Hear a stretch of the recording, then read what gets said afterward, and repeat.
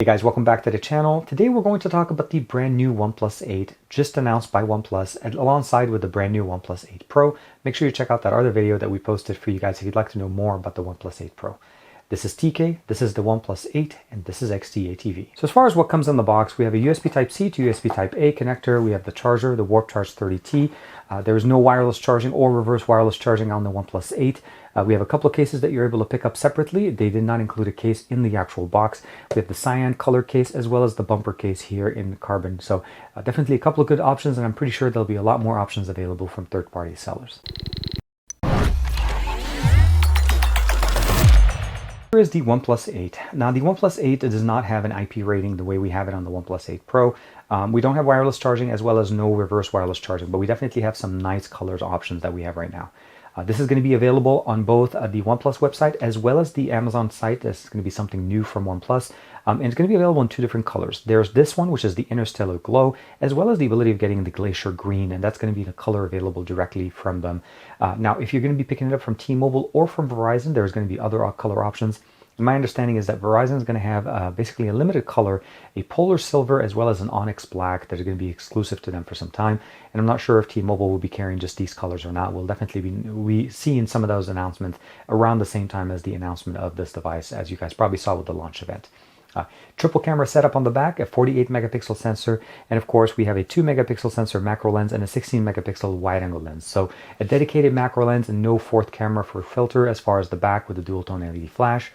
Power button and basically the notification slider on the left, and of course take that back. If we're looking at the phone, this is on the right, so on the left would be basically the volume rocker. On the top we have one of the microphones. On the bottom a dual SIM supporting tray here for the unlocked model from Amazon as well as OnePlus, and I'm not sure if the T-Mobile variant will support dual SIM or not, or even the Verizon model. Bottom firing speaker, top earpiece married to be able to give us the stereo speakers, in-display fingerprint sensor, as well as face unlocking. And you notice right there's a little bit of a ring here that goes right on top of the camera, just to let us know where the actual sensor is. And actually also works the same way whenever we're taking video from this phone, as it lets us know where to look to keep our focus directly for the video to look a lot better. The UI itself is running at a 1080p resolution screen with 90 Hz. That's typical to what we've seen last year with the OnePlus 7T or even the OnePlus 7. I'm not 100% sure on that one, but I do know at least the OnePlus 7T did run at 90 Hz.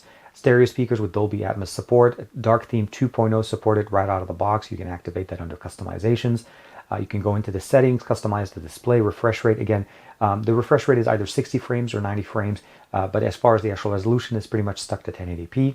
As far as about the device, this model has 12 gigs of RAM with 256 gigs of internal storage. There's going to be another version of this that supports 8 gigs of RAM with 128 gigs of storage. So keep in mind that basically about $699 to $799 depending on the model that you're looking at. Running Android 10.0 with, of course, Oxygen OS 10.5.2. Model number is IN215. Under the camera and, of course, the capabilities that we have here, maximum video resolution. Before I jump into that real quick, Super Stable On gives us the ability of actually using the camera on the back, the 48 megapixel sensor, all the way up to 4K 30 frames per second stabilized. And that's something that is very unique, even with this type of devices at this point. But as far as video resolution and the maximum capability, we'll be able to basically shoot at 4K 60 frames per second, either Cine mode or in standard mode. Same way with 4K 30, 1080p 60, 1080p 30. Slow motion 480 frames per second at 720p or 240 at 1080p.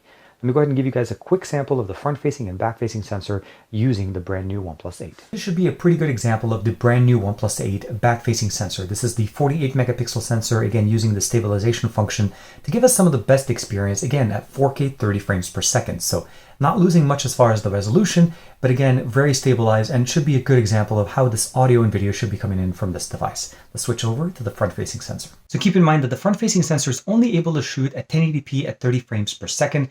I'm not sure why we don't have any higher refresh rate, but definitely is going to be much better. And one of the really cool things is that they actually do put a little bit of a ring, like a white ring around where the camera is, so that you actually can focus on it and make it look like when you're recording video that you're looking at your subject, so that it actually makes it much better video for you.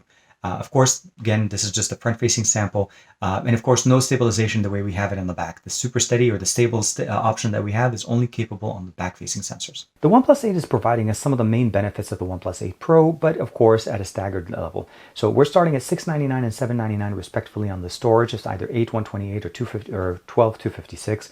But we're not getting, of course, the IP rating. We're not getting any reverse wireless charging. We're also not getting 4 cameras on the back. Although what I feel like here is the 48 megapixel sensor, the 2 megapixel macro lens, as well as the standard basically focal length that we have, the 16 megapixel ultra wide and the 16 megapixel on the front, should be able to give us a good experience. I think the color that we have here is very nice. The support for 5G with the X55 modem, the Snapdragon 865, of course, for the latest speed as far as internal usage. And with a display that supports an in-display fingerprint sensor that is super fast, we obviously have 90 Hz with a 1080p panel. The 20:9 aspect ratio just feels really nice and just easier to use. I think overall the experience of using the OnePlus 8 is definitely not going to disappoint. Please make sure to check out my channel for some of the other videos that I've posted here. One obviously on the OnePlus 8 Pro, as well as a comparison on the charging speed between the OnePlus 8 and the OnePlus 8 Pro. We'll see which one actually charges faster. We have a smaller battery here with the Warp Charge 30T. So if you had to compare the two, would you think the OnePlus 8 charges faster or the OnePlus 8 Pro would? Anyways, like and subscribe as usual. Make sure to check out my channel. This is TK. I'll see you guys in the next video.